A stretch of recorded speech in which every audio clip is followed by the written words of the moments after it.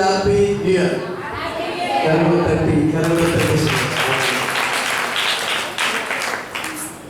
பிறகு கூட விசேஷமாக நம்ம மத்தியில் பெங்களூர்லேருந்து வந்திருக்கிற SM தேவ ஊழியர் SM கிறிஸ்டி மரிய கிறிஸ்டின்னு சொல்லுவாங்க, கிறிஸ்டின்னு சொல்லுவோம். ஐயா வந்து ஒரு ஆட்டோ ஓட்டிட்டு பெரிய ஊழியர் செய்திருக்காங்க. இது போல ஒரு 3 மடங்கு பெரிய 4 மடங்கு பெரிய சபை பெங்களூரில் ஆட்டோ ஊழியர் செய்துட்டே ஏன் விட மாட்டாருன்னா அதுதான் இவரை பிழைப்புட்டியது.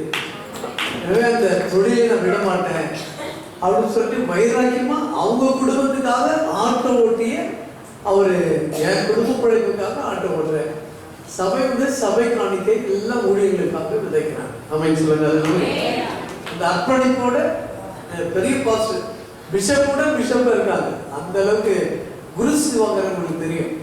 பெரிய ஊழியக்காரர் அவங்களால ரட்சிக்கப்பட்டு அபிஷேகம் பண்ணப்பட்டு ஊழியக்காரர் அர்ப்பணிக்கப்பட்டு ஒரு பெரிய சபையை குறுகிய காலத்தில் 2026 ஐயா சொல்லுவாங்க, குறுகிய காலத்தில் அவ்வளோ பெரிய சபையை கட்டியிருக்காங்க. நல்ல அந்த சபையில் நான் ஒரு செய்தி கொடுக்க போன மாதம் போயிட்டு இருந்தேன். கர்த்தர் என்ன அளித்திருந்தாங்க. அதனால் ஐயாவை பற்றி அவர் சொல்லுவாங்க.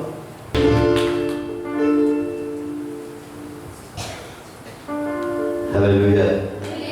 இயேசு நாமத்தினாலே அவருக்கு காலை வாழ்த்துக்களை தெரிவித்து வருகிறோம்.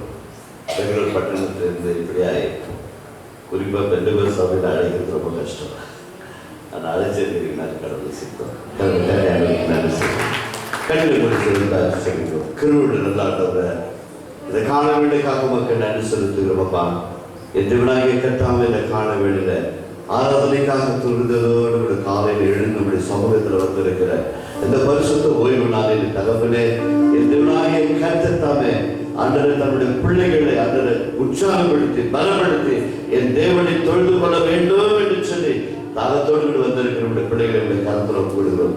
கர்த்தருடைய ஆவியானவர் இன்றைக்கு உடைய பிள்ளைகளுடைய மனதில் என்ன ஆண்டவர் இயக்கத்தோடு ஒரு எதிர்பார்ப்போடு வந்திருக்கிறார்களோ அது இன்றைக்கு இந்த பிள்ளைகளுடைய வாழ்க்கை நிறைவேறும்படியாக உங்களுடைய அன்பின் கருத்தில் எங்களை மறைத்து நீங்க வெளிப்படுத்த இயேசுவின் நாமத்தினால் பிதாவே ஆமென். ஆண்டவரும் உலக ரட்சகர் மீட்பருமா இருக்கிற இயேசு கிறிஸ்துவின் அற்புத நாமத்தினால் உங்கள் யாவருக்கும் சபையார் யாவருக்கும் காலை வாழ்த்துக்கள். எங்களை அழைத்து கொடுத்த வேறுகளுக்கு மிக்க நன்றி செலுத்துகிறேன். கர்த்தர் தம்மை மகிமைப்படுவராக. இந்த தலைப்பு அப்படியே படி. சங்கீதம் 46:10 வாசிக்கலாம். அதுதான் தலைப்பு. நீங்கள் அமர்ந்திருந்து நானே தேவன் என்று அறிந்து கொள்ளுங்கள். எத்தனை பேர் அறிந்திருக்கிறீர்கள்? இன்னைக்கு அறிந்திருந்தும் அறியாமல் இருக்கிறவர்களுக்கும் அறிவுபடி கர்த்தர் உதவி செய்வார். அல்லேலூயா. அதனால என்னுடைய சாட்சி சொல்லல, இங்க இருக்கிறவங்க எல்லாருடைய சாட்சியும் அவ்வளவுதான். பெரியதான் இல்லை. குடித்து வெறித்து வீதியில் விழுந்து கிடந்து வாழ தெரியாமல் வாழ்ந்து கொண்டிருந்த என்னை சாகலாம் என்று போய்கொண்டிருந்த நேரத்தில் மறிக்க போய்கொண்டிருந்த என்னை சகோதரர் கிறிஸ்து வாசன் அவர்கள் உன்னை வாழ வைக்கிற ஒரு தெய்வம் உண்டு, அவர் பெயர் இயேசு போதிச்சுட்டு இருக்கிறார். நான் குடிச்சிட்டு சாக போய்கிட்டு இருக்கிறேன். அந்த நேரத்தில் என்ன இது, நான் சாக போய்கிற இவர் வாழ வைக்கிறாரு. அப்புறம் நான் நம்புகிற இயேசு யாரு, இவர் சொல்ற இயேசு யார்? ஏன் நான் பிறந்ததுலேருந்து ஆதி திருச்சபையில் கத்தோலிக்க திருச்சபை பிறந்தது. அதனால நம்மளும் ஒரு இயேசுனார் பழக்க விட்டு இல்லை. அதனால நான் நம்புகிற இயேசு யாரு, இவர் புதுசாக ஒரு இயேசை சொல்லிக்கிட்டு இருக்காரு. அந்த பழைக்க வைக்கிறாருன்ற வார்த்தையை நீ நிற்க வச்சுட்டு ஒரு மூலையில் அப்படி நிற்க வைக்கும்போது அன்றைக்கு அந்த வார்த்தை தொடரப்பட்டது. இன்றைக்கு உங்கள் மத்தியில் வாழ வைக்கிறது சுருப்பம் முடிச்சது. என்னை சாட்சி சொன்னாலும் அது மெசேஜ் ஆகிப்படும். உங்களுக்கு தேவனுடைய வார்த்தைகள் தேவை. அதனால் என்னை வாழ வைத்த தேவன் இங்கே அமர்ந்திருக்கிற ஒரு வேலை கவலை கண்ணீர் வேதனையோடு வந்திருக்கிற உங்களை நிச்சயமாக கர்த்தர் வாழ வைத்தார். நானே தேவன் என்று அமர்ந்திருந்து கர்த்தர் அவ்வளவு நல்ல தேவன். அந்த நல்ல தேவனை ருசி பார்த்தா போதும். நான் சாதாரண ஒரு ஆட்டோ டிரைவர், இன்றைக்கும் ஆட்டோ ஓட்டி கொண்டு இருக்கிறேன். எனக்கு ஒரு பெண் பிள்ளை, 2 ஆண் பிள்ளைகள், 3 பேருக்கு திருமணம் செஞ்சுட்டேன். 4 பேர பிள்ளை, 2 பேச்சு இருக்குது. அல்லேலூயா. அன்னைக்கு நான் மறுச்சு போயிருந்தேன், இந்த பிள்ளைங்களை நான் பார்த்துருக்கவே முடியாது. சங்கீதம் 128 அப்படியே நிறைவேற்றிட்டார். இதுக்கு மேலே கவலையும் இல்லை. இப்போ ஒரே ஒரு ஆசை, வேற பிள்ளையும் கல்யாணம் பண்ணிடணும், வேற பிள்ளை காலேஜ் படிக்கிறான். அந்த அளவுக்கு கடவுள் கத்தர் கிருபையில செய்து வைத்திருக்கிறார். ஏன்னா அன்றைக்கு சாகு போல என்னை வாழ வைத்தவர் ஒரு திட்டம் இருக்கும். தீர்மானம் இல்லாமல் ஒருத்தர் அழைக்க மாட்டார். நம்ம அழைக்கிற தேவன் உண்மையுள்ள தேவன். அவர் வாக்குமார். நம்ம மனிதர்கள் மாறிவிடும், அவர் மாறாத தேவன். அதனால நன்மை சகோதர சகோதரிகளை சபையாரு அவர் இந்த வார்த்தைகளை கவனித்து இந்த வார்த்தையின்படி உங்கள் வாழ்க்கையை அமைத்துக் கொள்ள வேண்டும் சொன்னால் நிச்சயமாய் உங்கள் வாழ்க்கையில ஆசீர்வாதத்தை காண முடியும். நாளைக்கு எத்தனை மணிக்கு உபவாசம் கூட்டம்? வெள்ளிக்கிழமை எத்தனை மணிக்கு உபவாசம்? வெள்ளிக்கிழமை 12 மணிக்கு உபவாச கூட்டம், யாவரும் வந்து கலந்து கொள்ளுங்கள் அப்படின்னு சொன்ன உடனே இங்க அமர்ந்திருந்தவர்கள் எத்தனை பேர் 1 மணிக்கு வரணும்னு திட்டம் போட்டீங்க? எத்தனை பேர் 12:30 மணிக்கு வரணும்னு திட்டம் போட்டீங்க? எத்தனை பேர் வேலை இருக்குது? இப்ப நான் சொன்ன உடனே எல்லாம் ஓடிடுச்சு. மெயின்ல ஓடிச்சா இல்லையா? நான் அன்னைக்கு வர போறதில்லை, இவர் வேற வெள்ளிக்கிழமை உபவாசம் கூட்டம் இருக்குதுன்னு சொல்லிட்டு இருக்காரு. நான் பள்ளிக்கூடம் போனேன், நீ யோசிச்சுருக்கிறான். அன்னைக்கு பொங்கல் போகியாச்சு, நான் அங்கே பீச்சுக்கு போனேன்னு அவன் யோசிச்சுருக்கிறான். இப்போ இதெல்லாம் எவ்வளோ ஒரே செகண்ட் தான், ஒரே அறிவிப்பு தான். எல்லாருடைய சிந்தனையும் ஏதோ ஒன்று ஓடிக்கிடுச்சு இல்லைங்களா? அப்போ இந்த வார்த்தை கேட்கும்போது அப்படி நீங்கள் கேட்டீங்கன்னாக்கா நீங்கள் என்ன நினைக்கிறீங்களோ அதான் தேவன் என்று பார்க்க வேண்டுமா? வாழ்க்கையில் அற்புதம் நடக்க வேண்டுமா? மற்ற 6ஆம் அதிகாரம் 25, 26 வசனங்கள் வாசிங்கள். என்னுடைய வாழ்க்கையில அனுதினமும் இந்த வசனத்தின் வழியெல்லாம் என்னுடைய குடும்ப வாழ்க்கையும் ஊழிய வாழ்க்கையும் நடந்து கொண்டிருக்கிறது. ஆகையால் எண்ணத்தை உண்போம்,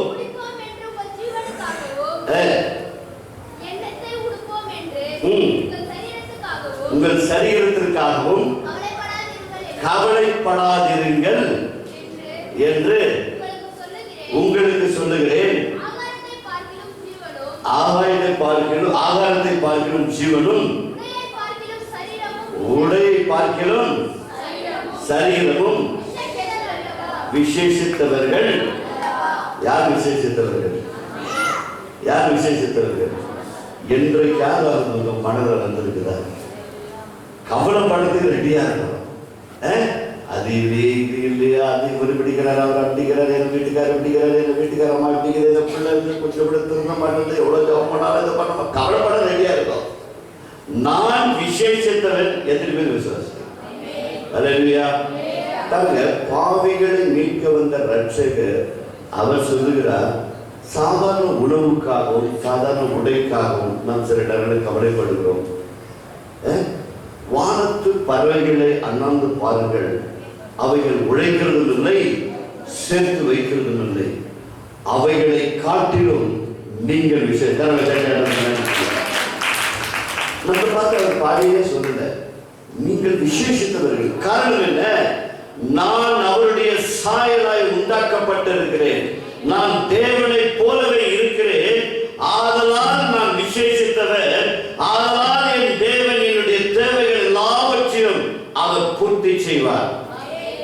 என்னுடைய ஆட்டோ மினிஸ்ட்ரியில 40 ஆட்டோக்கள் இருக்குது. அல்லாது சபை பாகுபாடின்றி செயல்படுகிற ஆட்டோக்கள்.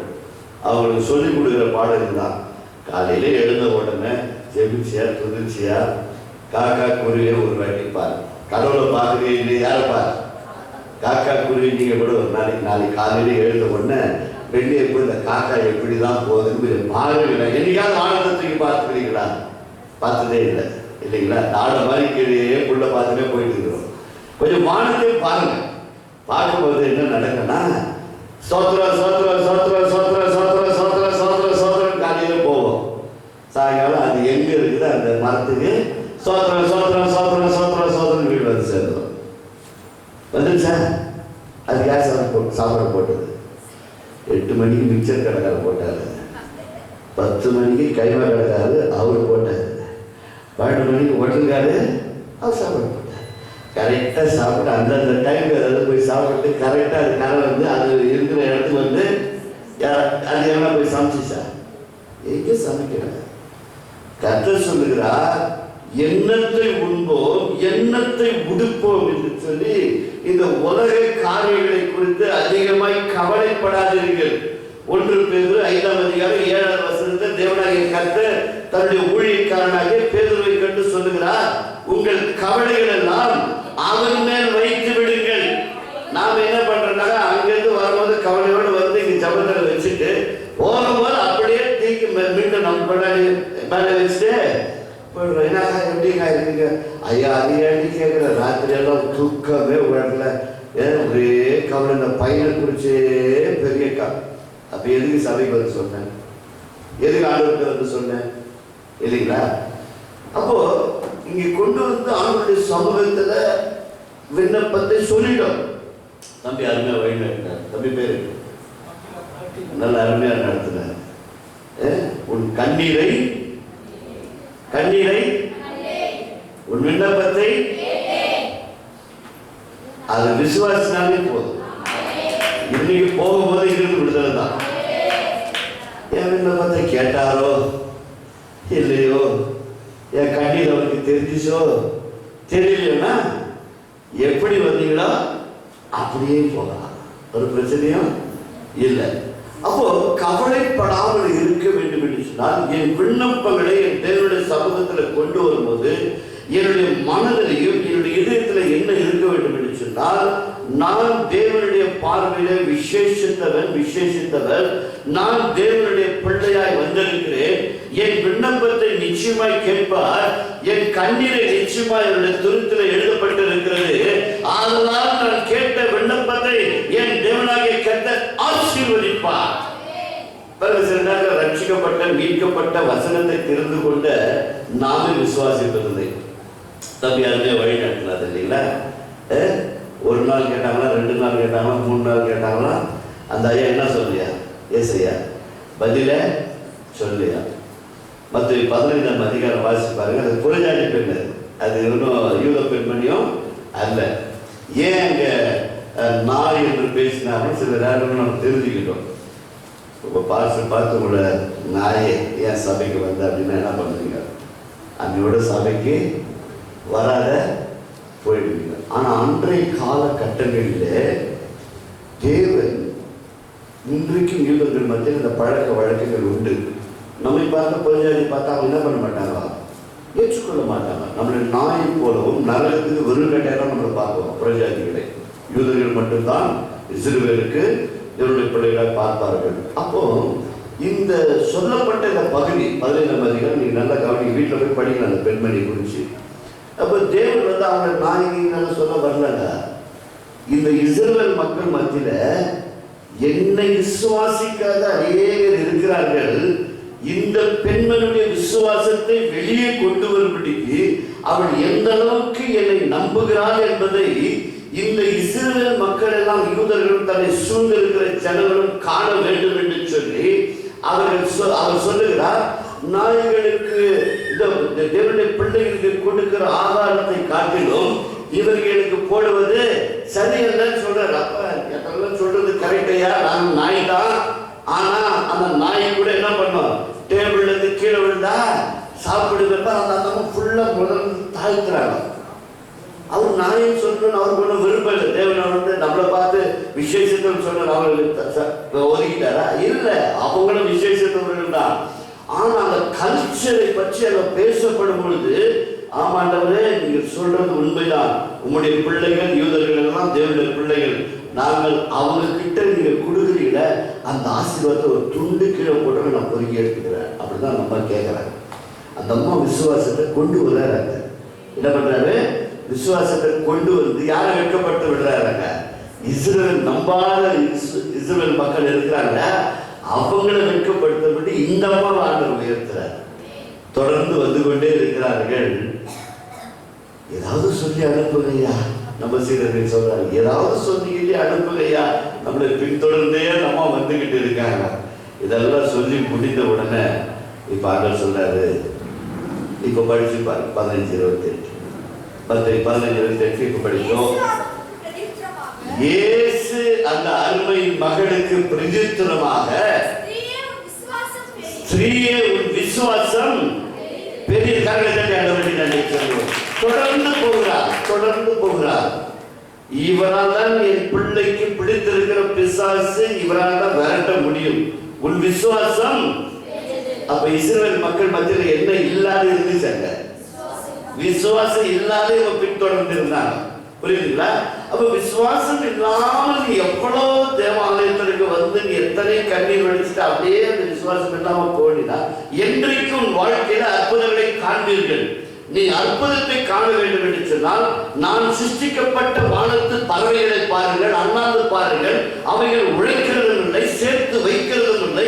அவைகளை காட்டிலும் நீங்கள் விசேஷத்தோடு சொன்னால் உன் கண்ணினை காண்கிற தேவன், உன் வேதனை காண்கிற தேவன் நிச்சயமா உன் வாழ்க்கையில் இன்றைக்கு ஒரு அற்புதத்தை செய்வார். இந்த வருடம் ஆரம்பிக்கப்பட்டிருக்கிறீர்கள். ஒரு வேதனையோடு, கண்ணீரோடு, துயரத்தோடு என் வாழ்க்கையில் எதிர்பார்ப்பது நிறைவேறவில்லை என்று சொல்லி நீ வந்திருக்கலாம். உன் வாழ்க்கையில்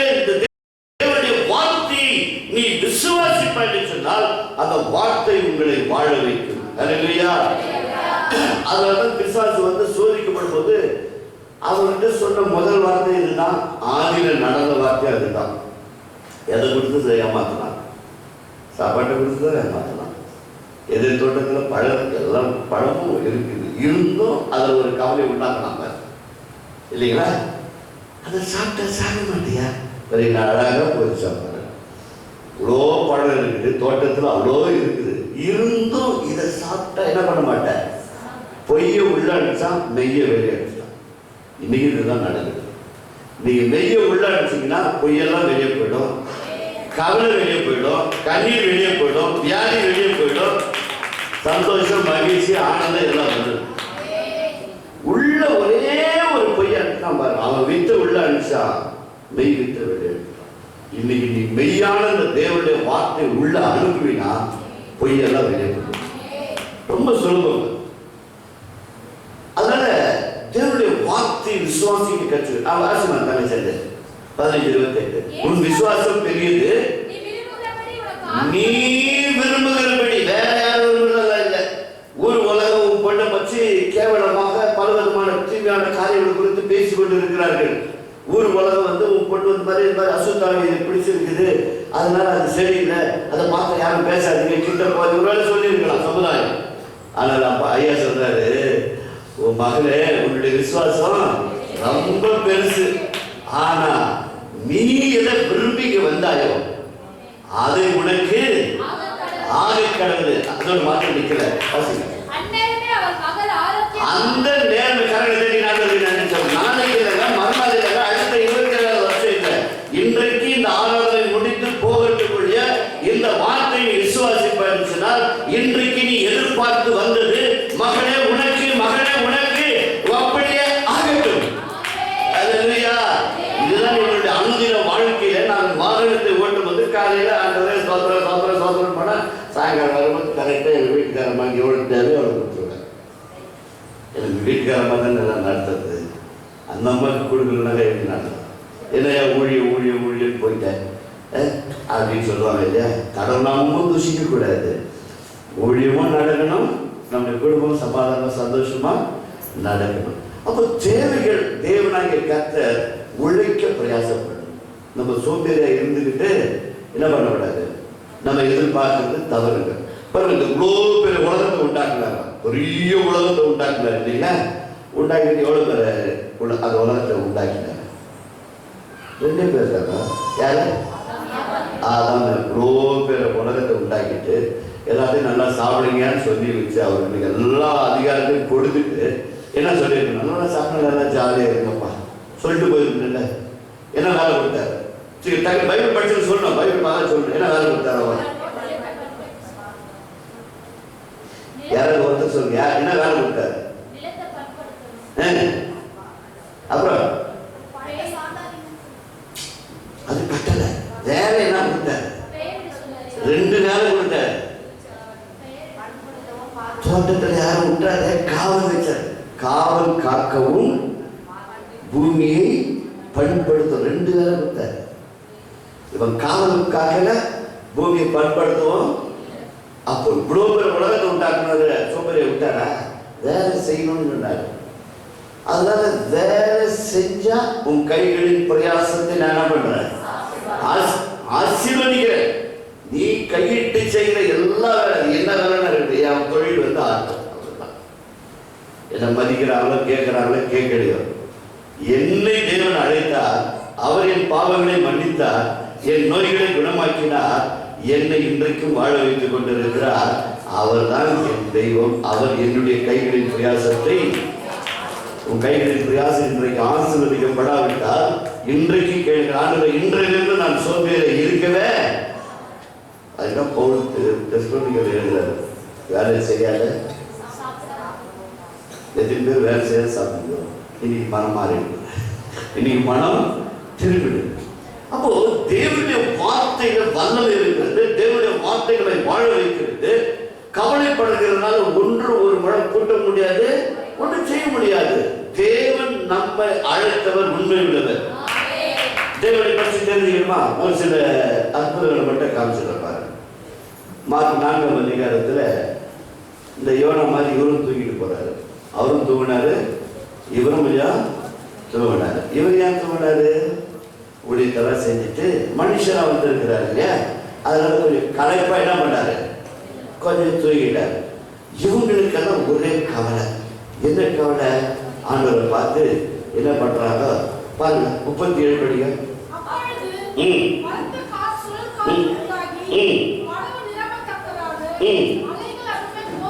மோதிச்சு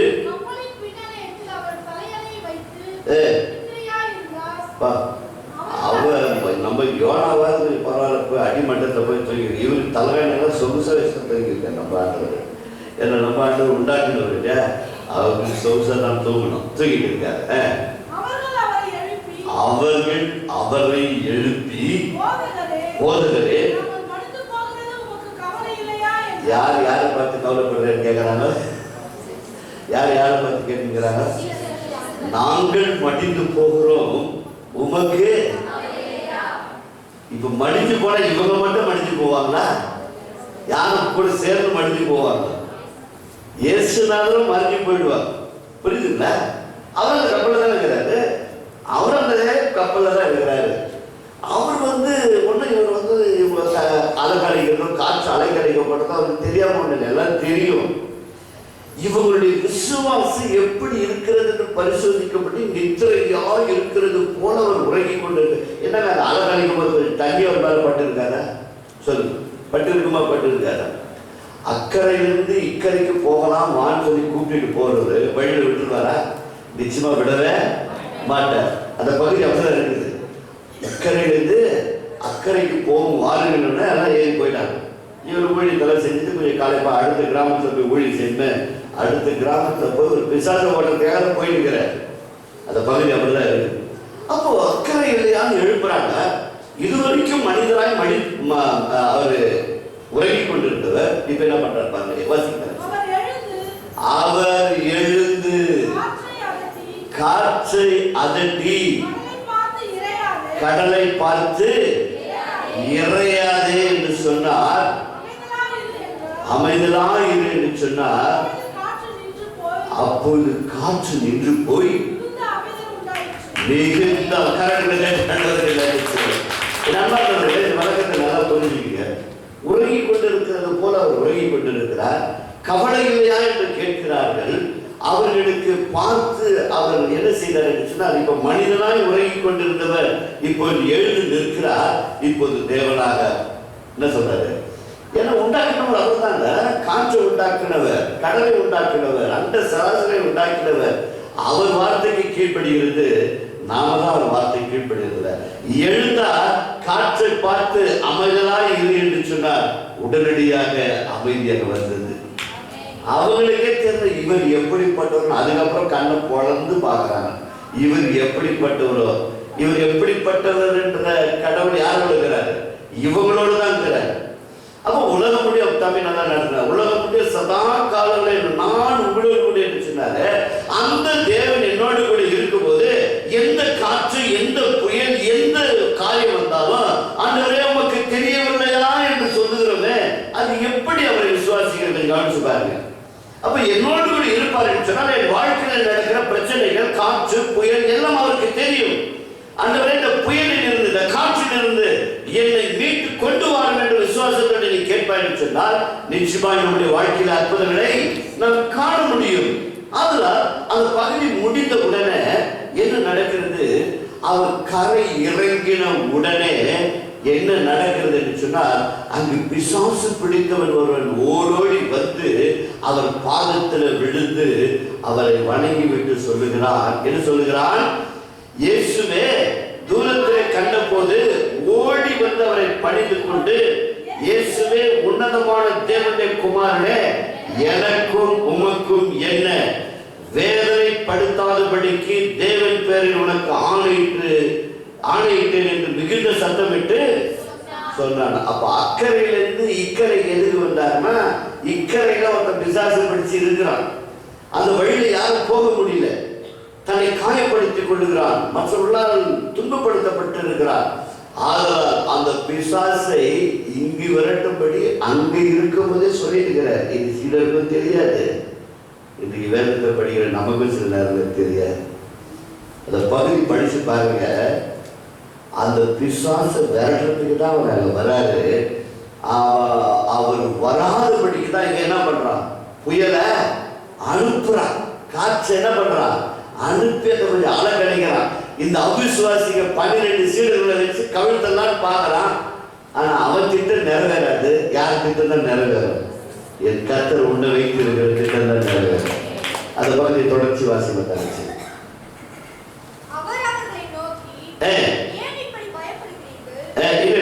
அஞ்சாம் அதிகாரத்தில் 8வது வசனம்.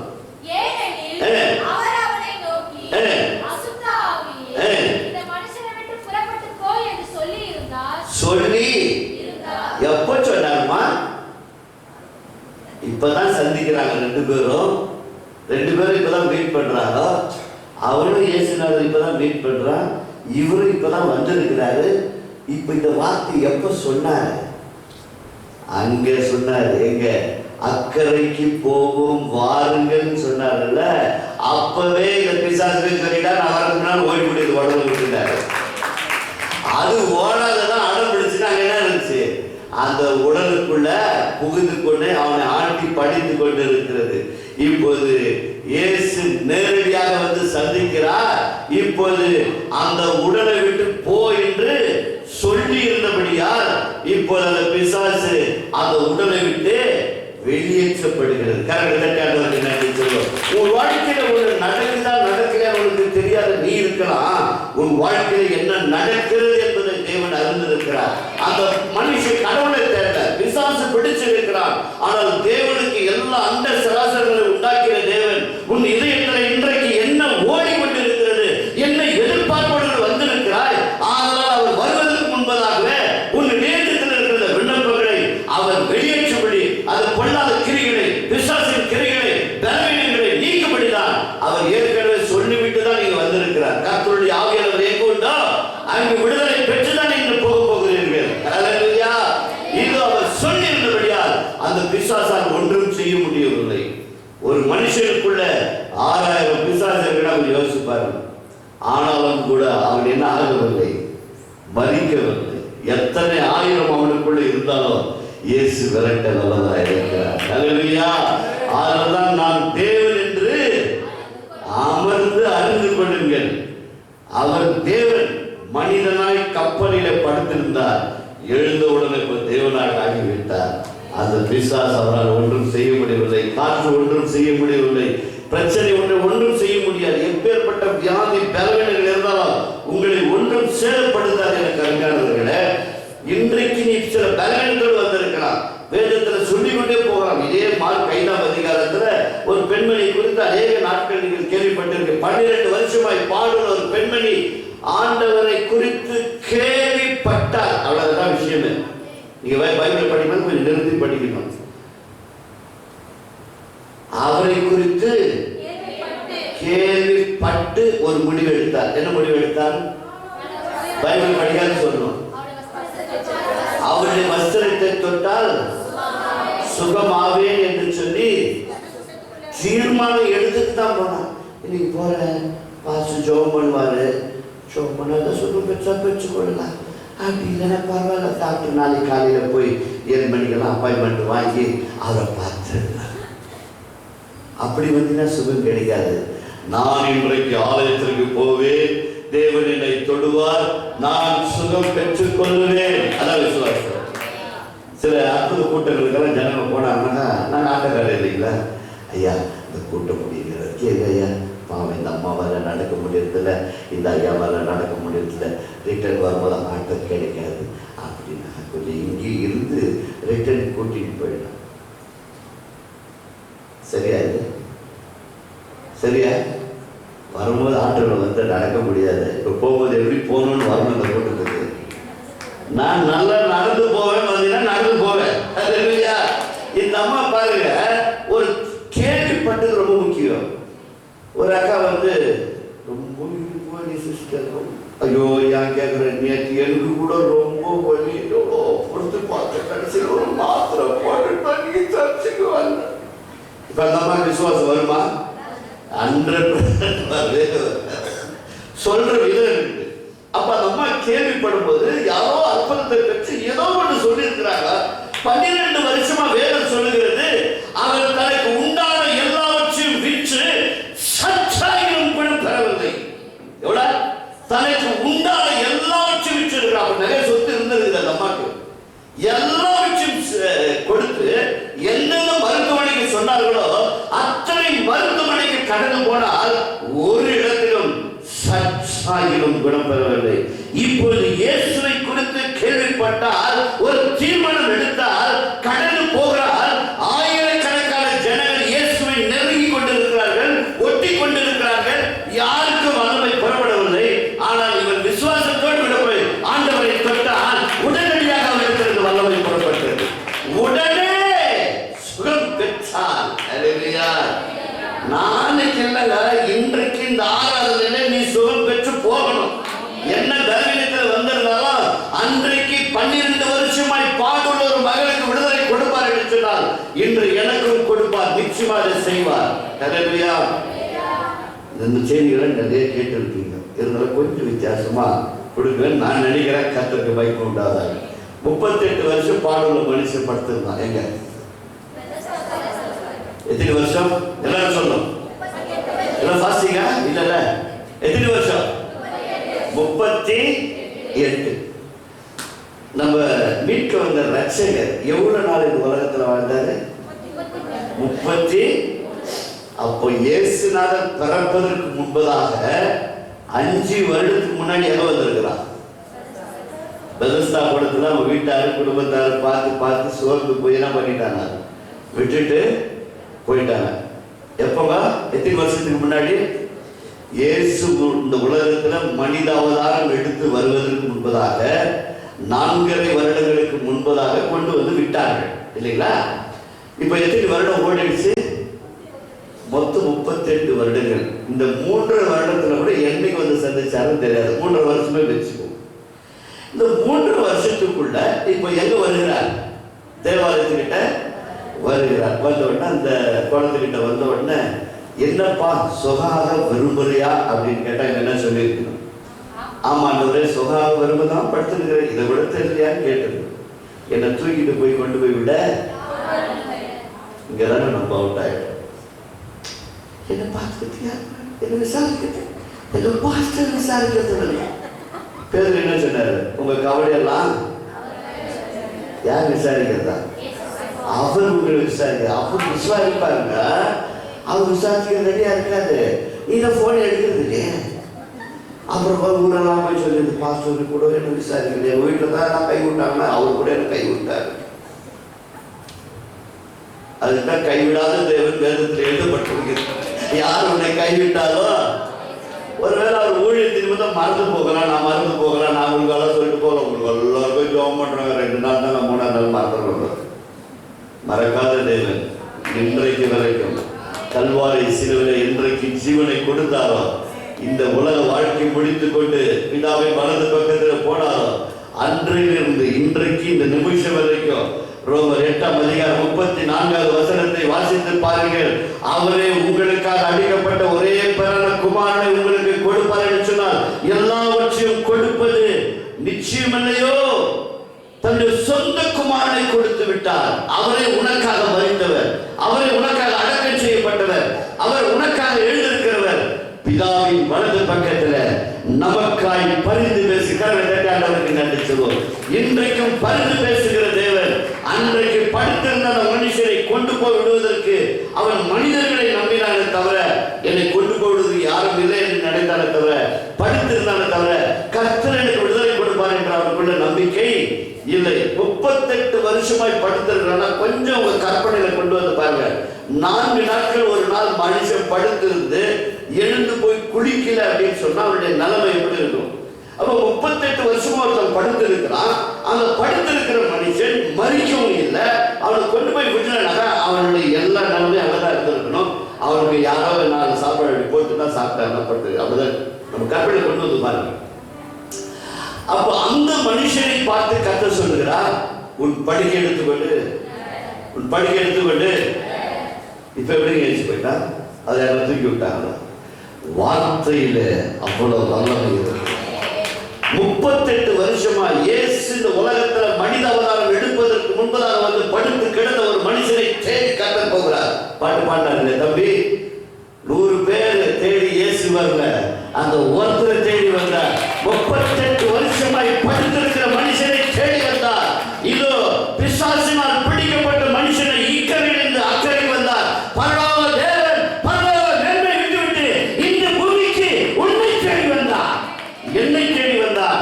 என்னை தேடி வரவில்லை என்று சொன்னால் நான் இங்கிருந்து வந்து நிறுத்திருக்க முடியாது. அந்த தற்கொலை நான் செய்து நான் மடிந்து போய்விட்டு சொன்னால் நேரடியாக பிசாசுக்கும் அவன் கூட்டத்துக்கும் ஆயுதம் பண்ணின நரகத்துக்கு போயிருப்பேன். இன்றைக்கு என்ன ஒரு நம்பிக்கை உண்டு, என்னை விசுவாசிக்கிறவன் மரித்தாலும் வாழ்வான். இன்றைக்கு என்னுடைய ஜீவன் என்னை விட்டு போகும் என்று சொன்னால் என் நித்திய வாழ்வுக்கு நான் போவேன் என்ற அந்த நம்பிக்கை கர்த்தர் எனக்கு கொடுத்திருக்கிறார். அந்த நம்பிக்கை தான் உனக்கு எனக்கு வர வேண்டும். கவலைப்படுகிறதுனால ஒரு மனம் கூட்டவும் முடியாது, குறைக்கவும் முடியாது. ஒரு மனுஷனை தேடி வருவார் என்று சொன்னால் சிந்தித்து பாருங்கள். யோவான் 4ஆம் அதிகாரத்துல ஒரு பெண்மணியை குறித்து மிகவும் அழகாக எழுதப்பட்டிருக்கிறது. அந்த பெண்மணிக்கு எல்லாம் அறிந்திருந்தால், எல்லாருக்கும் தெரிந்த ஒரு வேத பகுதி தான். ஒரு வேதம் தெரியாது இல்லை, ஐயா நல்லா போதிச்சிருப்பாங்க, நல்லா விசுவாசிக்கிறேன். ஏன்னா நம்ம ஆதி தெரிஞ்சவர்களால நாங்கள் பைபிளே படிக்க மாட்டோம். வெறும் ஞாயிற்றுக்கு மட்டப்பட்ட கோயிலுக்கு போயிட்டு இதா சுதன் பரிசுத்தா இருப்பாங்க, கர்த்தர் உங்களோடு இருப்பார்கள், உங்களோடு கூட இருப்பார்கள், ஆமீனுக்கு வந்ததா இருந்தாங்க. பைபிளை திறந்து படித்தாலே கிடையாது. ஆனால் அது ஒழுக்கெல்லாம் நல்லா இருக்குது, வேதம் மட்டும் கொஞ்சம் குறைவா இருக்குது. ஆனால் இங்கே இப்படிப்பட்ட ஆவிக்குரிய சபையில நல்லா போதிக்கப்பட்டிருக்கு. 4ஆம் அதிகாரம் சொன்னோட யார் மேலே ஞாபகம் வரணும்? சமாரியா பெண் மேல. அந்த அம்மாவுக்கு பாருங்க எல்லாம் தெரியும், இந்த அம்மாவுக்கு எல்லா விஷயம் தெரிஞ்சிருக்கு. சமாரியா தான் எந்த பெண்மணியும் அல்ல. இயேசு அவளோடு கூட அந்த ஒரு பெண்மணியை தேடி அந்த நேரத்தில் கடந்து போகிறார். தண்ணீர் எடுக்கிற இடத்துல, தனிமையாக இருக்கிற இடத்துல அவர் கடந்து வந்தார். சிலர்களெல்லாம் அனுப்பி வைத்து விட்டார். ஏனென்று சொன்னால் அவருடைய அந்தரங்க வாழ்க்கை என்னை சுற்றி இருக்கிற சிலர்களுக்கு தெரிய கூடாது. இன்றைக்கு ஒருத்தர் தப்பு செஞ்சால் எத்தனை பேர் நம்ம காதோட காது, சிஸ்டர் நான் சொல்றது யாருக்கும் சொல்லக்கூடாது தெரியுமா அப்படின்னு. ஆமாம் சிஸ்டர், நான் ஒரு விஷயத்தை சொல்கிறேன், யாருக்கும் சொல்லக்கூடாது. தங்கச்சி ஒரு விஷயத்தை சொல்கிறேன், யாருக்கும். அப்படியே போய் அங்க போய் கரெக்டாக ஏங்காதே யாருக்கிட்டே சொல்லிடாதீங்க. சொன்னீங்கன்னா நடக்குதா? 100% நடக்குது. அவர் கர்த்தர் நல்லவர். தன் பாவத்தை அறிக்கை செய்து விட்ட மனுஷனுடைய பாவத்தை திரும்பி உலகத்தில் சொல்றது. இந்த நல்ல தேவனை முதல்ல அறிஞ்சுக்கணும். அவர் முதுகுக்கு பின்னாலே இருக்கிறார். நம்ம பாவத்தை மீண்டும் ஞாபகப்படுத்துறத. ஆனால் அந்த பெண்மணிக்கு எல்லா அறிவு இருந்தது. இயேசுவை பார்த்த உடனே யூதர் என்று கண்டுபிடித்தார். மெஸ்ஸியா வருவார் என்று அறிந்திருந்தார். இன்றைக்கு இந்திய தேசத்தில் எல்லாருக்கும் கடவுள் பக்தி இருக்குது, அந்த ஒரு தெய்வம் இருக்கிறார் என்று தெரியும், இயேசு வருகிறார்னு தெரியும். எல்லாம் அறிந்திருக்கிறார்கள். இந்த உலகத்தில் எல்லாம் அறிந்திருக்கிறார்கள். தேவன் ஒருவர் உண்டு என்று சொல்லி தெய்வ பக்தி என்று நம்முடைய தேசத்தில் இருக்கிறது. ஆனால் அந்த மெய் தெய்வம் யார் என்று தெரியாது. அந்த தெய்வத்தை இந்த உலகத்திற்கு நீ அடையாளம் காட்ட வேண்டும் என்று சொன்னார். இந்த சமாரிய பெண்ணுக்கு எல்லாம் தெரிந்திருந்தது, வாழ்க்கை தெரியவில்லை. யூதன் என்று அறிந்து கொண்டார். எங்களுடைய முன்னோர்கள் யாக்கோபு கட்டின இடம் என்று சொன்னார். மெஸ்ஸியா வருவார், மீட்பர் வருவார் என்று அறிந்திருந்தார். இத்தனை அறிவு ஞானம் இருந்தவர்களுக்கு வாழ்க்கை தொலைத்து போயிருந்தார். அதனை உணர்த்துவதற்காக தான் கர்த்தர் அவளோடு கூட இடைப்பட்டு பேசுகிறார். பேசி பேசி பேசி பேசி நான் தான் அந்த மெஸ்ஸியா சொல்லி கரங்களை தட்டி அந்த சொல்லுவேன். பெரிய மேல ஒரு வார்த்தை சொன்ன ஆண்டவரு, இந்த பெண்மணி கிட்ட சொன்ன வார்த்தை தான் பள்ளிக்கூடத்துல போடணும். தேவனை தொழுது கொள்கிறவர்கள் ஆவியோடும் உண்மையோடும் தொழுது கொள்ள வேண்டும். யாருக்கிட்ட சொன்ன வார்த்தை? வாழ தெரியாத பெண்மணி கிட்ட சொன்ன வார்த்தை தான் பள்ளிக்கூடத்துல போடணும். யோசிச்சு பாருங்க, எவ்வளவு நேசிக்கிற தேவன். ஒரு பிசாசு பிடித்திருந்தவனை வெறுக்கவில்லை, 12 வருஷமாய் இறந்து போனவனை வெறுக்கவில்லை, 38 வருஷமாய் படுத்திருந்த மனுஷனை மனுஷனை நம்பி இருக்கிறவன் அவனை கைவிட்டு விடவில்லை. வாழ தெரியாதவனுக்கு வாழ்க்கை கொடுக்கும்படி வந்தார். அல்லேலூயா. அந்த பெண்மணி தன் வாழ்க்கை குறித்து எடுத்து சொன்ன உடனே அந்த குடத்தை அங்கே இறக்கி வைத்து விட்டார். அவருடைய வாழ்க்கை அன்றைக்கு எல்லாவற்றையும் புதைத்து விட்டு இப்போது ஊருக்குள்ளே ஓடுகிறார். எந்த ஊரை அவளை அவமானப்படுத்தியதோ, எந்த ஊர் மக்களை பார்க்காத நேரத்தில் மத்தியான வேளையில் அவள் தண்ணீர் எடுக்க வந்தாலோ அந்த இடத்துல தேவனுடைய வார்த்தை அவருடைய வாழ்க்கை தலைகளை மாற்றினது. இப்போது வெட்கத்தை விட்டால், கூச்சத்தை விட்டால், தான் யார் என்பதை மறந்து போனால், என் வாழ்க்கை குறித்து ஒருவர் சரியாக சொன்னார் என்று சொன்னார். இவர்தான் மெஸ்ஸியா என்று ஊருக்கு போய் சொன்னார். அந்த ஊரை திரண்டு வந்து கர்த்தரை அறிந்து கொண்டார்கள். இன்றைக்கு இந்த இயேசுவை உன் வாழ்க்கையை மாற்றி இருக்கிறாரே, யாருக்கு உன் தேவனை பற்றி சொல்லி இருக்கிறாய்? யாருக்கு இந்த மீட்பரை பற்றி நீ சொல்லி இருக்கிறாய்? கொஞ்சம் சிந்தித்து பாருங்கள். எத்தனை அற்புதங்கள், எத்தனை அதிசயங்கள் உன் வாழ்க்கையில் செய்திருக்கிறார். யாருக்காவது இந்த தேவன் நல்ல தேவன், என் வாழ்க்கையை விடுதலையாக்கின தேவன், என்னை வாழ வைத்த தேவன், உன்னை வாழ வைப்பார் என்று என்றைக்காவது சொல்லியிருக்கிறார்? அப்படி சொல்லியிருப்பேன் சொன்னார். இந்த 2026 முடிவதற்குள்ளாக இருக்கிற காலி இடங்களெல்லாம் கர்த்தர் நிரப்பி விடுவார். ஹல்லேலூயா. எப்படியாவது இந்த சுவிசேஷத்தை இந்த உலகத்துக்கு அறிவிக்க வேண்டும் என்றுதான் இதயத்தின் தாகமாய் இருக்க வேண்டும். உன்னை மீட்டெடுத்த தேவன் அடுத்தவர்களும் மீட்கப்பட வேண்டும் என்ற வாஞ்சை நமக்குள்ள இருக்க வேண்டும். ஒரு நாளைக்கு ஒரு நபருக்காவது சுவிசேஷம் அறிவிக்க வேண்டும் என்று சொல்லிதானே இந்த ஆட்டோக்களிலே வசனங்களை வைத்து முழுவதுமாக ஆட்டோ நீங்க பார்த்தீங்கன்னு சொன்னா முழுசா வேறு வசனம் தான் வந்து உள்ள உட்கார்ந்தா இயேசுன்னு படிச்சுட்டு தான் இருக்கணும், வேறதான் இருக்காது. அதோடு மாத்திரமல்ல, எங்க முதுகுக்கு பின்னாடி பேசஞ்சர் உட்காரும் போது அந்த கைப்பிரதிகள்லாம் இருக்கும். அப்போ அவர்கள் அந்த வார்த்தை எடுத்து வாசிப்பார்கள். சில நேரங்களில் சகோதரிமார்கள் தான் அநேகர் வந்து கண்ணீர் வடிப்பார். நல்லா மேக்கப் பண்ணி நல்லா அழகாக வருவாங்க. வந்து கொஞ்ச நேரத்தில் பார்த்தாக்கா சவுண்டு வரும். என்னன்னா அழுகிற சவுண்டு வரும். ஏன்னா வாழ்க்கையில் அவ்வளோ பிரச்சனைகள், போராட்டங்கள். வசனம் வந்து அவர்களை சும்மா விடாது, அவர்களை வந்து சரி செய்து விடும். அப்போது கீழே இறங்கும்போது, ஐயா எங்களுக்காக சொல்லிட்டீங்க, குடும்பத்தில் என்ன இல்லை, சமாதானம் இல்லைன்னு சொல்லி கேட்டுக்கொள்வார்கள். அதனால இப்படி அநேகருக்கு சுவிசேஷத்தை அறிவிப்பதற்கு ஒரு வாய்ப்பு. உனக்கு கர்த்தர் எத்தனையோ வாய்ப்புகளை கொடுத்து சொல்லாமல் நீ போயிருக்கலாம். இன்றைக்கு ஒரு தீர்மானம் எடுத்துக்கொள்ளுங்கள். அக்கறையிலிருந்து இக்கரைக்கு வந்து என்னை மீட்டெடுத்த தேவன் இக்கரையிலிருந்து அக்கறைக்கு அழைத்து செல்ல நான் ஒருவருக்கு சுவிசேஷம் சொல்லுவேன். சொல்லுங்க பார்க்கலாம். அக்கறையிலிருந்து இக்கரைக்கு என்னை மீட்க வந்தார், இக்கரையிலிருந்து அக்கறைக்கு நான் ஒரு ஆத்மாவை கொண்டு போய் சேர்த்தேன். வேதத்துல வந்து 1000 அற்புதம் கர்த்தர் செஞ்சிருக்கிறார். அதை எழுதினா உலகம் கொள்ளாதுன்னு எழுதி வச்சிருக்குது. ஆனா இதே வேதாகமத்துல ஒரு பாவி மனம் திரும்பினா தத்துவமே காணுமே. பரலோகத்துல பெரிய திருவிழா நடக்குது. உங்க வழியா ஒரு ஆத்மாவை தேவனுடைய சபையில கொண்டு வந்து சேர்ப்பான்னு சொன்னால் பரலோகத்துல திருவிழா நடக்கிறது. அற்புதத்தினால் அங்க ஒண்ணுமே நடக்கல. இன்றைக்கு அற்புதம் நடந்தா நாளைக்கு இந்த உலக வாழ்க்கை என்னைக்கு இருந்தாலும் ஒரு நாள் முடிச்சுதான் அந்த அற்புதத்தை எதற்கு உனக்கு அனுமதிக்கிறார் என்று சொன்னால், உன் வாழ்க்கையிலே நானே தேவன் என்று நீ அறிந்து கொள்ளும்படி உனக்கு ஒரு அற்புதங்களை செய்கிறார், உனக்கு ஒரு அதிசயங்களை செய்கிறார். அதற்காக தான். ஆனால் அதை விட மேலானது, இந்த உலக வாழ்க்கை முடிந்த பிறகு நீ நித்திய வாழ்வு போக வேண்டும் என்பதுதான் தேவனுடைய திட்டமாக இருக்கிறது. அதில் தேவனுடைய பிள்ளைகளாக இருக்கிற நாம் கவலைப்படுவதை விட்டுவிட வேண்டும். என்ன உண்ணுவோம், என்ன உடுத்துவோம், என்ன செய்வோம் என்று சொல்லி இன்றைய உலகத்தில் ஒரே ஒரு காரியத்தை நான் சொல்லி முடிக்க பிரயாசப்படுகிறேன். நேரம் சரியாக இருக்கிறபடியால் ஒன்றை சொல்லி நான் முடிக்கப்படுகிறேன். இன்றைய காலங்களிலே, ஒரு காலத்திலே குடும்பம் என்று சொன்னால் கூட்டு குடும்பங்களாய் வாழ்ந்து கொண்டிருந்தோம்.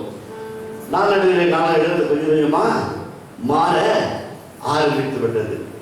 ஆரம்ப காலத்துல ஐயாமார்களை பார்த்தா கொஞ்சம் மரியாதை கொடுத்து, வீட்டுக்கார ரொம்ப மரியாதை கொடுத்து, ஐயா என்னங்க கடைக்கு வந்துருக்கிறீங்களா, இந்த கொஞ்சம் தண்ணி குடிங்க அப்படின்னு கொடுப்பாங்க. ஒரு சிலர் கொஞ்சம் முக்காடு கூட போட்டு கொடுப்பாங்க. அந்த அளவுக்கெல்லாம் ஒரு மரியாதை, அது முக்கியமாக நம்ம தமிழ்நாட்டில் இருந்தது. கொஞ்ச நாள் போன என்ன இவ்வளோ நாள் லேட்டு அப்படின்னாங்க. எப்படி என்னங்கன்ற வார்த்தை போய் போயினா வந்துடுச்சு. என்னையா இவ்வளோ நேரம் ஆயிடுச்சு, எல்லாம் போயிட்டு வந்தேன், இன்னும் கொஞ்ச நேரம் போயிடுச்சு. இந்த மனுஷனை நான் காட்டிக்கின்னு பாடுற பாடு போதும் உள்ள பார்க்குது. என்னையா நேற்று வேற மாதிரி, இன்னைக்கு வேற மாதிரி, இன்னைக்கு அதோட வேற மாதிரி. கொஞ்சம் அவர் ஒன்று கொஞ்சம் காசு கொடுக்குறேன்னு டேய் வார்த்தை மாறிடுச்சு. இப்போ லேட்டஸ்டா என்னன்னா, டேய் ஏன்டா லேட்டா வந்த, யாரு ஒய்ஃபு ஹஸ்பண்டை பார்த்து ஏன்டா லேட்டா வந்தாங்க அவருக்கு சந்தோஷம்.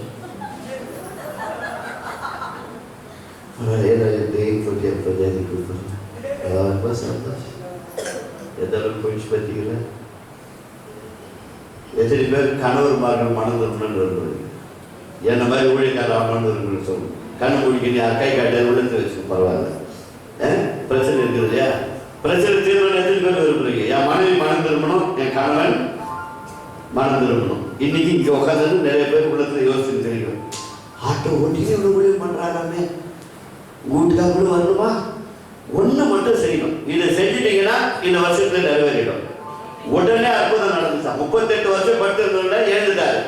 12 வருஷம் பெண்மணி தொட்ட உடனே சுகம் ஆயிடுச்சு. யாருக்கும் தொட்டு இருந்து யாருக்கும் வல்லம போல, நம்ம ஒரு மக்கள் பிசாசு எவ்வளவு பேர் பிடிச்சிருந்தான். அன்னைக்கு வந்தாரு, போனாரு, போயிடுச்சு.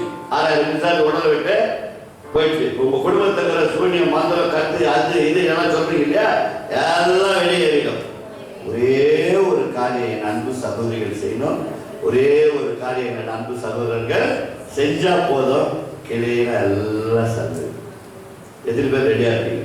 என் குடும்பத்திலே கணவர் ரட்சிக்கப்படணும், என் குடும்பத்திலே என் வீட்டுக்காரமா ரட்சிக்கப்படணும். 2 பேரும் உள்ள வந்திருப்போம், வீட்டில் 2 பேரும் பேசிக்க மாட்டீங்க. டேய் சக்கரை வாங்கி சொல்றா, ஆமா இது எவ்வளவு வாங்கி விட்டாலும் பத்தாது, எல்லாத்தையும் போட்டு குடிச்சு போடும். நான் வாங்கினது கொடுப்பேன் இல்லைங்களா? இப்படியெல்லாம் இருக்குது குடும்பத்தில். அப்போ ஒரு கணவன் மனம் இருக்கணும்னா ரொம்ப சிம்பிளுங்க. 1 பேர் 3 1 2 1 ஃபாலோ பண்ணிட்டா 2 நிறைவேறும். 1 ஃபாலோ பண்ணா 2 நிறைவேறதுக்கு வாய்ப்பே. எந்தபடி மனைவிகளே,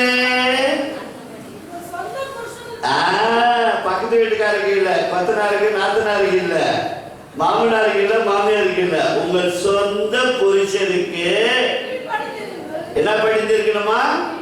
முதல் கீழ்படியணும். 2 எப்பொழுது ஆசீர்வாதம் வரணும்னா எப்பொழுது கீழ்படிந்து இருக்கும் போது. அவர் நல்லவரோ கெட்டவர் அப்புறம், நீ அவருக்கு கீழ்படிந்து இருக்கும் போது. 2வது அவர்களில் யாராவது இப்ப யார் கீழ்படியில? சகோதரி ரட்சிக்கப்பட்ட சகோதரி சொல்லுங்க, யார் கீழ்படியில? எங்க வீட்டுக்காரர் கீழ்படியில. அப்படி வச்சுக்கோங்க, எங்க வீட்டுக்காரரு அவர் வசனத்துக்கு ஒத்து போகல, நான் ஒத்து போயிட்டேன், நான் ஆண்டவரை முழு உள்ளத்தோடு ஏற்றுக்கொண்டேன். 2வது என்னமா? பயபக்தி. 3வது உங்கள் கற்புள்ள நடக்கையை அவர்கள் பார்த்து. எவர்கள் பார்த்து? சொந்த புருஷர் பார்த்து. அப்படி படிக்கணும். ஏன் சொந்த புருஷன் என்னை பார்த்து என்ன இன்றி நீ டெய்லி குடிக்காதேன்னா அப்பதான் ஒரு குவார்டர் எக்ஸ்ட்ரா போட்டு வருவார். நம்மளாம் தண்ணி வெட்டிக்காத ரொம்ப பழக்கம். போட்டு இவ்வளவுதான் போட்டுருப்போம், இவ்வளவு போட்ட மாதிரி அப்படின்னு. அது அப்பவே இது நீ போட்டு இதுகிட்ட வாங்கி கொடுத்தா நம்ம தான் ஆக்டிங் பண்ணுறோமே, எல்லாம் நடிச்சு வந்தாங்க தான் நம்மலாம். ஏன்னா இது வாய் அடங்காது, அதனால கொஞ்சம் இவ்வளோ போட்டால் தான் கொஞ்சம் தைரியமும் கொஞ்சம் வரும். அவளை போட்டு இவ்வளோ போட்ட மாதிரி என்ன இது சாப்பாடு எப்படி இருக்குது அப்படின்னாக்கா அதெல்லாம் கரெக்டாக என்ன மரியாதை அப்போ தெரியுமா, ஏன்னா தொப்பு தொப்புன்னு விழுவே. அதனால வந்துடும். அதனால நீங்க என்ன சொல்றது, டெய்லி குடிக்காதுன்னு சொல்ல வேண்டிய அவசியமே போதனை இன்றி மனைவியின் நடக்கையினாலே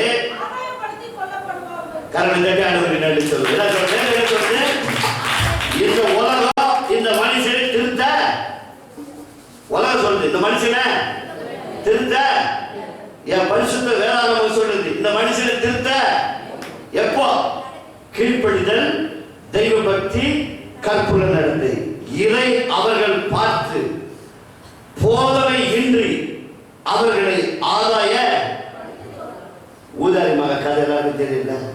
அவங்க யாரும் டீச் பண்ணாங்களா, பணத்தெல்லாம் வாங்கி போட்டாங்க, அவங்கள்ட்ட சொத்து வாங்கி போட்டாங்கல்ல, யாரும் டீச் பண்ணாங்களா, யாருமே டீச் பண்ண. வாழ்க்கை அவனுக்கு டீச் பண்ணிச்சு. என் தகப்ப வீட்டில் என்ன இருக்குது, நான் எங்க இருக்கிறேன் பாருங்க, முடிவு எடுத்தான். நான் எழுவேன், என் தகப்பன் வீட்டுக்கு போவேன், பரத்துக்கு விரோதமாக என் தகப்பனுக்கு விரோதமாக பாவம் செய்தேன், இதோ என் தகப்பன் வீட்டுக்கு எழுந்து வருவேன். தகப்பனும் காத்திருந்தார். மகன் வந்த உடனே அப்படியே அரவணைச்சு கொண்டார். அல்லேலூயா. நீ எங்க விழுந்திருந்தாலும் பரவாயில்ல, உன் கணவன் இது வரைக்கும் அவர் தவறா புரிஞ்சுட்டு இருக்கலாம், அவர் உண்மையிலே வசனம் கேட்கலாமா, வசனம் அப்படிதான் சொல்லுது. ஒருவேளை அந்த திருவசனத்துக்கு அவர்கள் கீழ்ப்படிந்தால் நீ முதலாவது தேவனுடைய வார்த்தைக்கும் உன் புருஷனுக்கு கீழ்ப்படிந்து அப்போது உன் தெய்வ பக்தியும் உன் நடக்கையும் பார்த்து அவர்களை ஆதாயப்படுத்திக் கொள்ளலாம் என்று சத்திய வேதம் சொல்லுகிறது. இந்த வருடத்தில் அப்படிப்பட்ட ரட்சிக்கப்படாத புருஷர்கள் இருப்பார்கள் சொன்னால் நிச்சயமா உன் வாழ்க்கையிலே நடக்கும். அல்லேலூயா. என் மனைவியுடைய கண்ணீர், வேதனை, துயரங்கள், ஜபங்கள் தான் எங்களை மீட்கும்படி கர்த்தர் ஒரு வழியை உருவாக்கினார். இந்த மனுஷன் எங்கே கொண்டு வந்து எங்கே திருத்தினால் சரி ஆகும் என்று சொல்லி அந்த கூட்டத்திற்கு என்ன அறியாமலே கடந்து போனேன், மீட்கப்பட்டேன். நானும் என் மனைவி அந்த கூட்டத்தில் தன்னை ஒப்பு கொடுத்தோம், ரட்சிக்கப்பட்டோம் என்று வாழ்ந்து கொண்டிருக்கிறோம். அல்லேலூயா. அதே போல தான் புருஷர்களும் வேற ஒன்றும் இல்லை. வேற புருஷர்களோடு சில நேரங்களில் வந்து ஊழியத்துக்கு ரொம்ப தடன்னு சொல்லி மனைவிமார்களை ரொம்ப கடிந்து கொள்வார்கள். அது தவறு. என்னைய புரிஞ்ச வரைக்கும் தேவன் இணைத்ததை பண்ணுங்க, தேவன் இணைத்ததை மனிதன் பிரிக்க கூடாது. நம்ம ஐயா மாதிரி நம்ம 19ஆம் அதிகாரம் எடுத்துக்கோங்க. உன் சகோதரனையாவது உன் சகோதரியாவது உன் மனைவியாவது அப்பா விட்டுட்டு ஊழியம் செய்ய ரெடியா இருக்காங்க. தேவன் இணைத்ததை மனிதன் பிரிக்க கூடாது. இதே 19ஆம் அதிகாரத்தில் இருக்குது.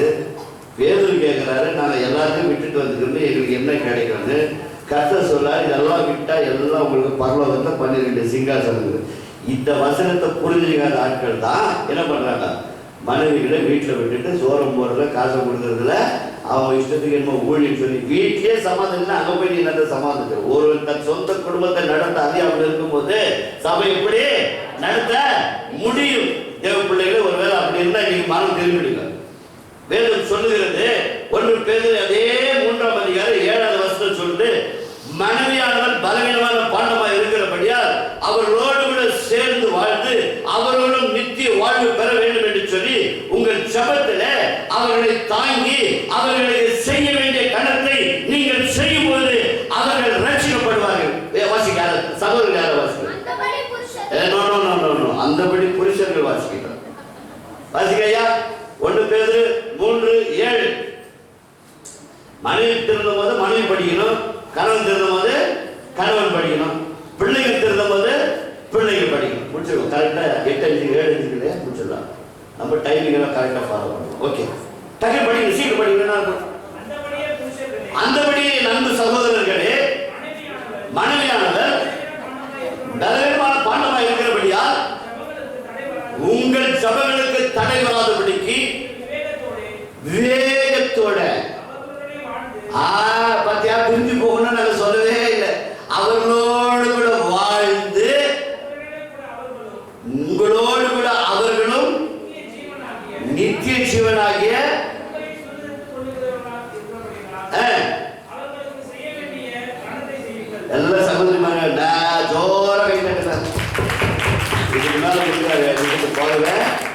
மாட்டார்.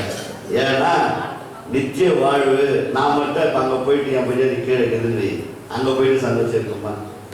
இருக்காதுல்ல. என்னதான் துரோகம் பண்ணியிருந்தா கூட அங்கே போயிட்டு சந்தோஷமா இருக்குமா? இருக்காது. இந்த உலகத்துல சந்தோஷம் இருக்கலாம். அதனால சேர்ந்து வாழணும்னு தான் பிரியப்படணும். தேவன் இடத்துல ஒரு நாள் பிரிக்கணும்னு சொல்லவே இல்லை. பிள்ளைகள் கடைசியா பிள்ளைகள் உண்மையிலேயே இங்க சென்னையில் எப்படி தெரியும், எங்கள் ஊர்லலாம் இந்த 15லேருந்து 25 நிறைய வால் போஸ்ட் இருக்கும். என்னன்னா மரணம்.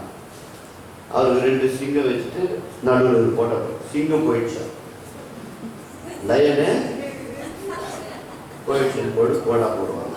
15லேருந்து 25 போகணும்னு வேதத்தில் சொல்லப்படவே நீடித்த வாழ்க்கையை போய் பார்க்கணும்னு ஆசைப்படுவேன். அட பெரிய கூட நீடித்து வாழணும். பிள்ளைகளை காண்பார் வேதம். எத்தனை பேர் பார்க்கணும்? தம்பிமார்களா, எத்தனை வாலிபர் தம்பி தங்கச்சி கை தூங்க. கண்கள்ல காணாத தேவனை ஆராதிக்கிறது நீங்கள் உண்மை என்று சொன்னால், கண்கள்ல காண்கிற உன் தாய் தகப்பனுக்கு கீழ்ப்படிந்து நடப்பாய் சொன்னால், எபிரேயர் 6:1 சொல்லுகிறது, பூமியிலே நன்மை உண்டாக முடியும், உன் வாழ்நாள் நீடித்திருக்க முடியும், உன் தாய் தகப்பனை கரங்களை தட்டி ஆண்டவருக்கு நன்றி சொல்வோம். அதனால் எண்ணத்தை உண்போம் எண்ணத்தை குடிப்போம் என்று சொல்லாமல், எதை குறித்து கவலைப்படாமல், வானத்து நாம் சிருஷ்டித்த வானத்து பறவைகளை அண்ணாந்து பாருங்கள். நீங்கள் எல்லாரும் விசேஷங்கள் கண்கள் மூடி செலுத்தாக கிருபையுடைய நல்ல ஆண்டவரே, தகவலில் கேட்கப்பட்ட வேத சத்தியங்கள் உடைய பிள்ளைகளுடைய வாழ்க்கையில் ஒரு பெரிய மாறுதலை உண்டாக்கட்டும் அப்பா. கர்த்தர் மகிமையடைவராக, கர்த்தர் மகிமையடைவராக. இன்றைக்கு கவலையோடு வந்தவர்கள், வேதனையோடு வந்தவர்கள், துயரத்தோடு வந்தவர்கள், பலவீனத்தோடு வந்தவர்கள், எல்லா விதமான தீவின் காரியங்கள் இவர்கள் உடலை விட்டு எண்ணங்களை விட்டு நீங்களுடைய செபிக்கிறோம். ஒரு அற்புதம் நடக்கட்டும் ஆண்டவரே. 12 வருஷமாய் படுத்த ஆண்டவரே, வேதனைப்பட்டிருந்த மகனுக்கு சுகத்தை கொடுத்தவர், இன்றைக்கு ஒரு அற்புதம் நடக்கட்டும் ஆண்டவரே. 38 வருஷமாய் படுத்த படுக்கையில் வியாதியில் இருந்த மனுஷனை வாழ வைத்த தேவன் இங்கு வந்திருக்கிற ஒவ்வொரு பிள்ளைகளும் வாழ வைக்கும்படியாக சொல்கிறோம். இதோ பிசாசினால் கட்டப்பட்டிருந்த மனுஷனை கர்த்தர் மனதிறங்கி வந்து அவனுக்குள் இருந்த உடல் இருந்த ஆவியை வெளியேற்றின தேவன் இன்றைக்கு இந்த பிள்ளைகள் அசுத்தாவில் கட்டப்பட்டிருக்கிறார், கட்ட வைக்கும்படியாக சொல்கிறோம். தேவைகள் எல்லாம் இந்த வருஷத்துல பூர்த்தி செய்து குடும்பங்களில் தெய்வீக சமாதானத்தை கொடுத்து இந்த சபை முழுவதுமாய் நிரம்பி வழியத்தக்க இந்த